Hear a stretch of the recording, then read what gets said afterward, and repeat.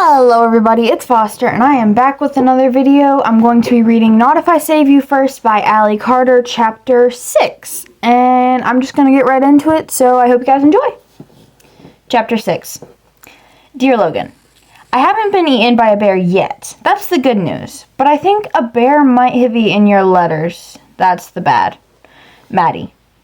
Maddie didn't turn the light on. Maybe because days were always short in the winter, and even though she knew the solar panels would still get some sun and the wind never would stop blowing, she didn't want to drain their batteries just the same. Maybe it was because she knew she should be trying to sleep because at least 8 hours was absolutely essential for good skin and clear eyes. All the beauty magazines said so. Or maybe Maddie just didn't want anyone to see the light that she would shine beneath. Or maybe Maddie just didn't want anyone to see the light that she would shine beneath the curtain of her room. That's why she lay, unmoving, for what felt like hours in the little nest her father had built during their first winter in Alaska. It was always warmer up where she slept and safe away from any animals that might come calling in the middle of the night. But Maddie liked it mostly because she could pull the curtain and have some privacy. Even if it was the kind of privacy one couldn't stand in fully upright and enjoy.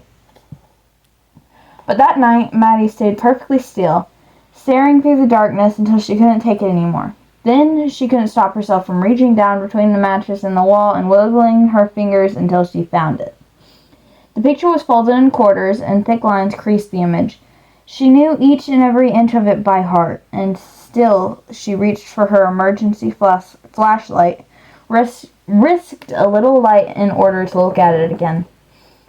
Maddie still had that dress, or parts of it. Their second winter in Alaska, Maddie had read every book that the Juneau Library had on learning how to sew, and over the years she turned all of her old clothes into new clothes. She'd saved the shiny white dress with the silver sequin sash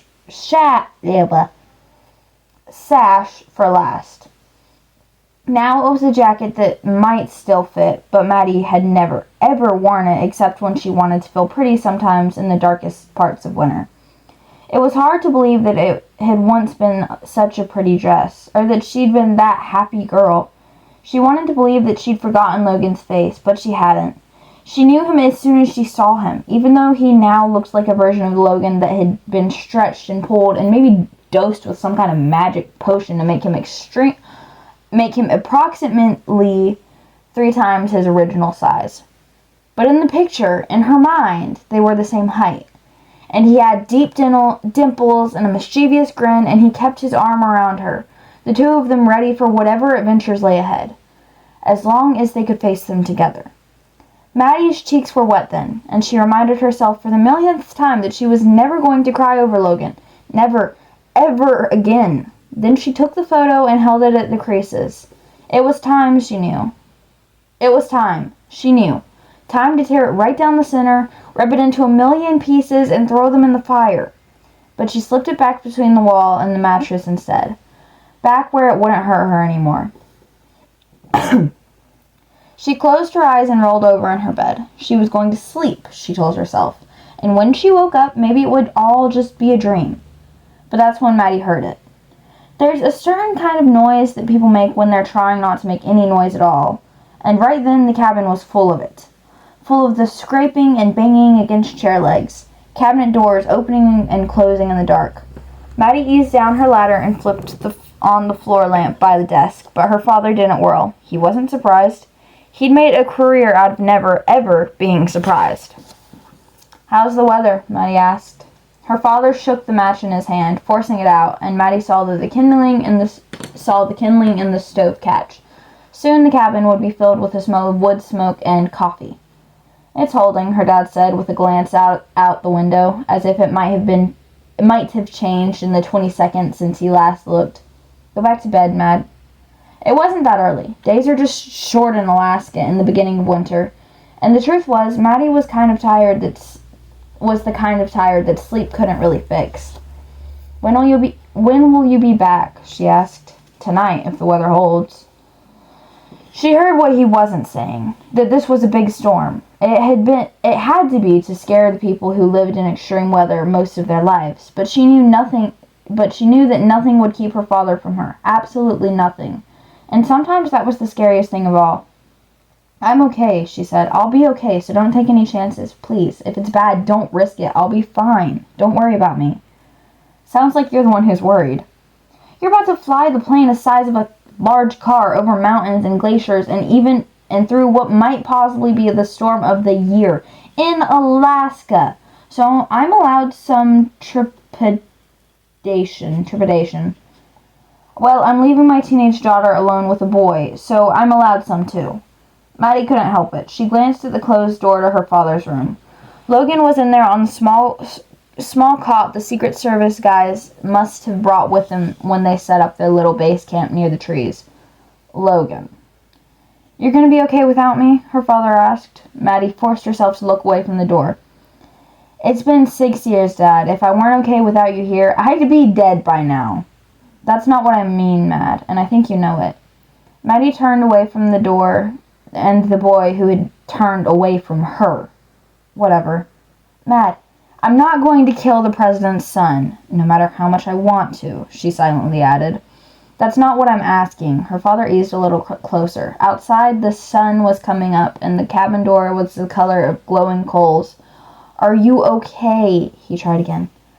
"I'm fine."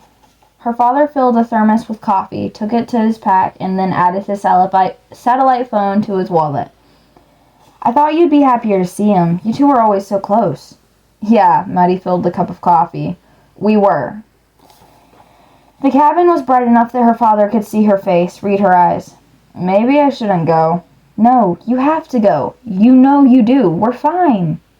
"There are 2 agents in the tents outside. They're in charge of security, but Logan's supposed to be roughing it." "Oh, I'm sure he's in a lap of luxury." "I mean it, Maddie. Make him haul wood and tote water and clean fish and fix the roof and whatever else you were going to do. Her parents want him to carry his weight." "I didn't mean to put this on you, but..." "I'm okay," she said. "We'll be okay." "If you're sure," her dad said. Maddie forced a smile. "Of course." How many times had Maddie watched her father fly away? Too many to count, that was for sure. In the beginning, he took her with him. Her first taste of Alaska came at 6,000 feet, soaring over the glaciers, skirting above mountains, touching down on lakes so clear and cold that you could practically skip across them on bits of glacier ice. Live like the seals that lay sunning themselves on the cold, wet land. And then Maddie got older and was allowed to stay on her own for an hour, a day, a night. Her father was never ever gone for more than 48 hours, though. That was a rule that neither of them ever said aloud. He'd also never left her not alone before, and Maddie wasn't sure at all how to take it.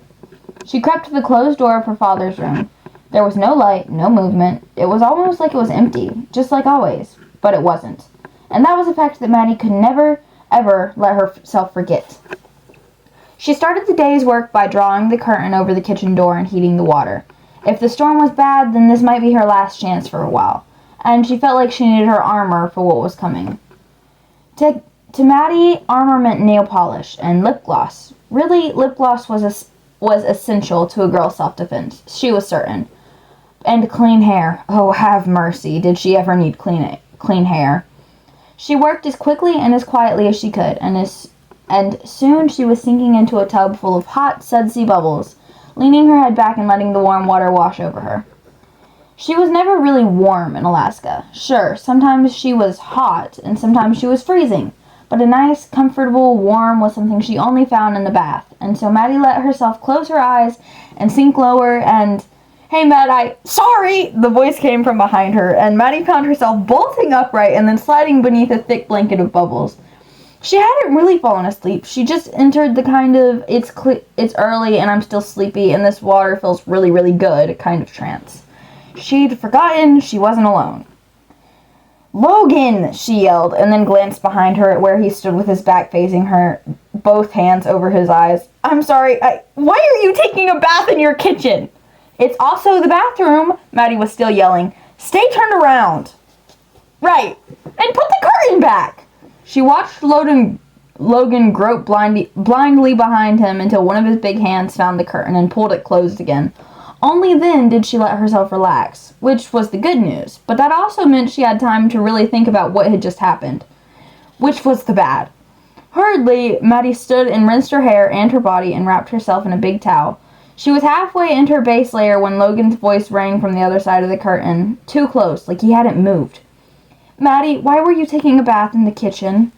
Because this is where we heat the water and take the baths. Bathroom. Okay, Logan said in the manner of someone who didn't think it was okay at all.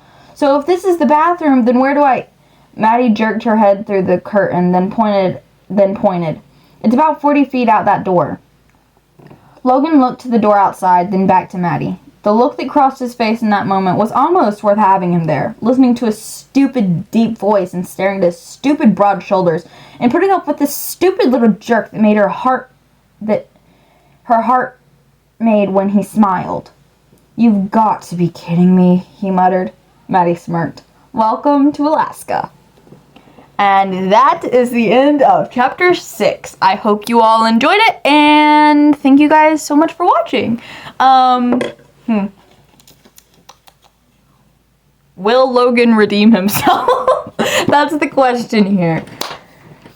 Clearly I was mad at him last chapter, but I guess I've forgiven him at this point. I do that a little too easy. Gosh, man. Okay. Anyways,